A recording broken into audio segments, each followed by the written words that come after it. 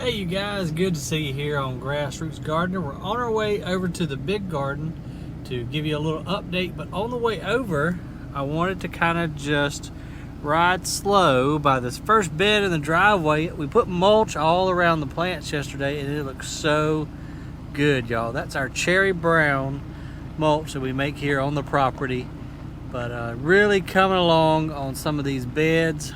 And I noticed, let's see, did they get, nope, not yet. So I've got a hardy hibiscus right there behind this lower pedalum, and I planted another one in a bed right back there. The deer mowed it all the way down. They're just driving me nuts. But anyway, just wanted to go show you guys real quick, a little driveway update too. That mulch just really makes that bed pop. And just look at our corn, guys. It is just looking fantastic. Also, I ordered us a new gate hinge because we were just using this old chain and I hated it.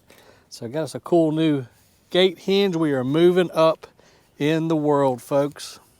And we'll just shut it real quick like.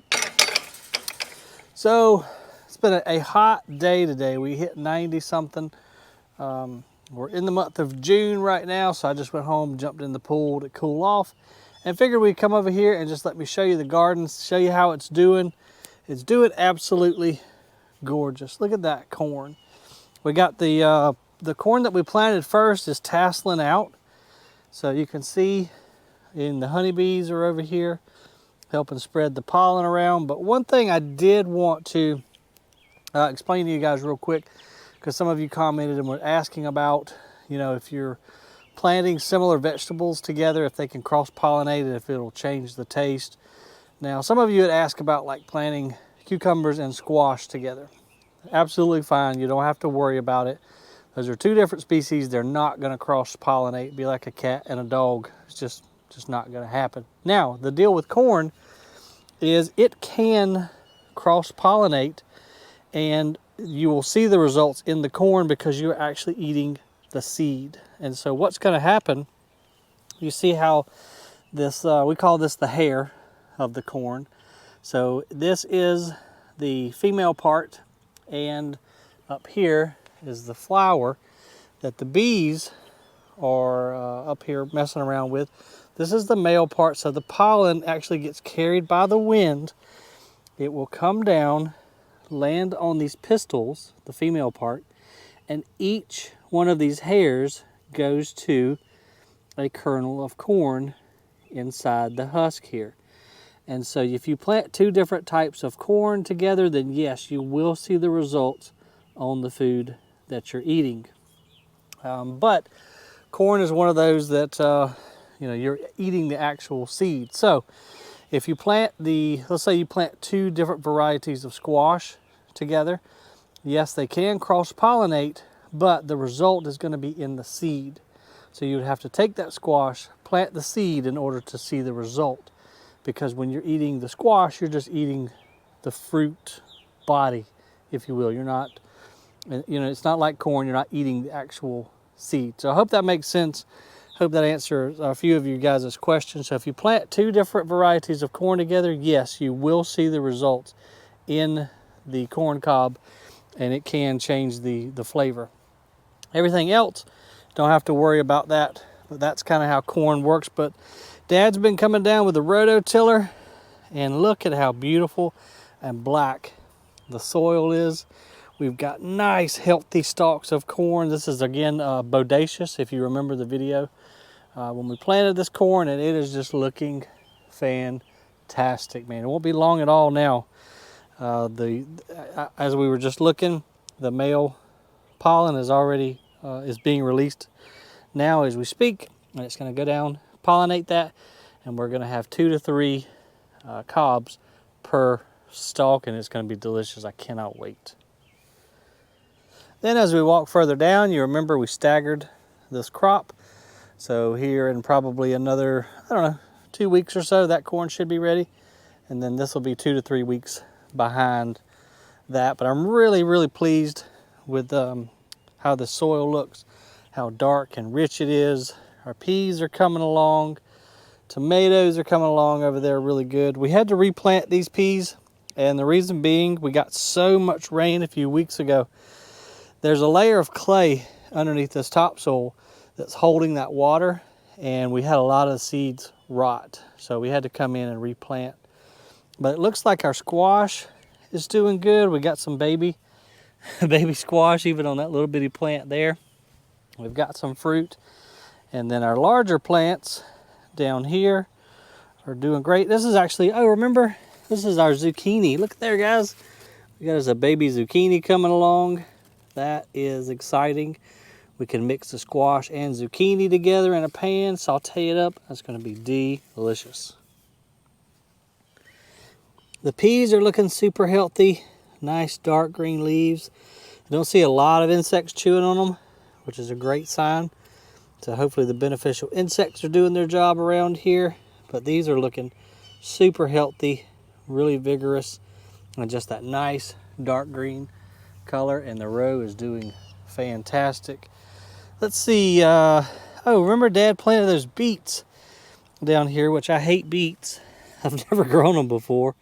But they look like they're doing good. We'll have to check those here in a few weeks. They should be forming the beet underground. I've never grown these, but Dad has, and he loves them. So he can eat them all he wants. But we'll check on these here in a few weeks and see how they're doing. As we come over here to our pepper row, it looks like we've got a ton of peppers already, even on these little young plants. Look at that. That's a nice bell. I think this is the California Wonder Pepper that we planted a few weeks back. So that's exciting. We're going to have such a bountiful harvest off of this garden here in a few weeks, y'all. We even have our banana peppers. Look at these big banana peppers on these little plants. That is awesome. And these plants will get sizable. And as summer continues, man, we're going to have just a load of peppers. And I want to walk down here to the very end. I planted that variegated pepper, and be honest, I've been so darn busy. Haven't been down here helping like I should, and I haven't even checked on this little variegated pepper. Whoa, look at it. This is the coolest pepper ever. It's got that beautiful variegated foliage, and even the peppers are variegated too. Look at the striping on that guy. That is so cool, and it's loaded down. Look at that. Holy crap. That is awesome. I can't remember what these guys taste like. Look like they kind of grow like a bell, but they're a little bit longer too. So hopefully here, probably in a week, some of these are going to be ready to pick, and we can try them out and eat them and see what they taste like. Now the beans down here on this end of the garden, look at the dramatic difference in size. Down there, they're much smaller, and that goes back to what I was telling you guys a while ago. We're holding way too much water down on that end with that clay layer. I think the topsoil is a little bit deeper down at this end. It can drain better, but just look at these healthy beans. So there's your bean flower, and there's so many honeybees in the garden right now that I'm sure they're going to do a great job of pollinating them. And then in a few weeks, we're going to have beans to pick. We're going to have peppers to put in with them. We're going to have squash. We're going to have zucchini. We're going to have corn. I cannot wait.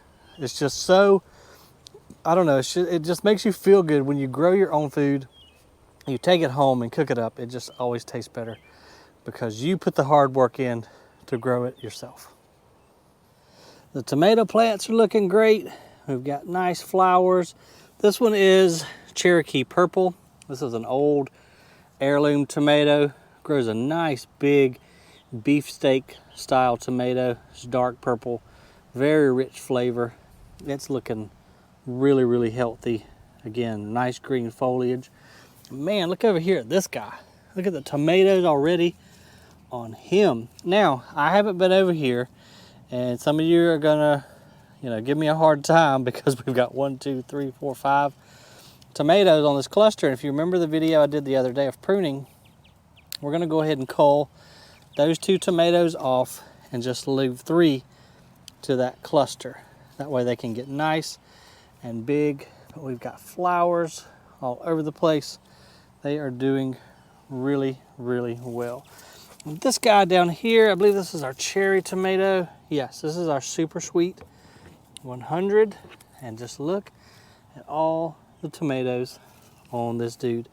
Now we do need to get over here and prune off some of these lower leaves. You remember I was telling you guys we don't want these leaves touching the ground and dying, because through the natural process of, degradation and, these things are trying to compost themselves, that fungi will get on these leaves in order to break them down. And what's going to happen when it rains, it's going to hit those dead leaves and splatter the fungus or fungi up onto the plant, and we could have some fungal issues spread upwards. So we got to get down here and clean off the bottom dying leaves of this plant in an effort to keep that from happening. And I even see one, it's almost ready to pick. See how it's turning orange? So another couple days, that one will be ready to eat. And then here before long, as summer continues, this thing will be loaded down with all the cherry tomatoes you could ever want. Now let's walk over here. We're gonna go check on our southern home muscadine vine that you guys, if you remember, we planted over here in the corner. And let's see if it's doing anything. This is its first year, so it may not fruit for us. I don't see any fruit on it just yet. So it may take a year or two for that one to produce us some grapes. But look at here. Look at our cucumber over here that we planted on the fence. Got our first cucumber forming at the end of that flower. So we're gonna try to help him out a little bit. And let's get him headed in the right direction. Put him up on this fence so that he can climb all the way up and we can easily harvest our cucumbers. And this one, same thing. He's kind of wanting to go the wrong direction. So we're just gonna get him right on over there. He's got a cucumber on him as well. That's gonna be delicious in a salad, or we might just take them, chop them up, put them in a little vinegar, salt and pepper, and eat them like that. And a mosquito, of course, is on me already. Mosquitoes absolutely love me, and they drive me insane. So we're gonna have to bring some bug spray over here to keep in the garden. But well, there you have it, guys. Just a quick little update on the garden. It won't be long. We're gonna be picking us some corn, shucking it, freezing it for the winter time. And then soon after that, we're gonna be picking beans. We're gonna be picking tomatoes. I just love this time of year. Appreciate you guys watching. Hit that like and subscribe down there for me. Remember, the more you know, the more you grow. See you on the next video, y'all.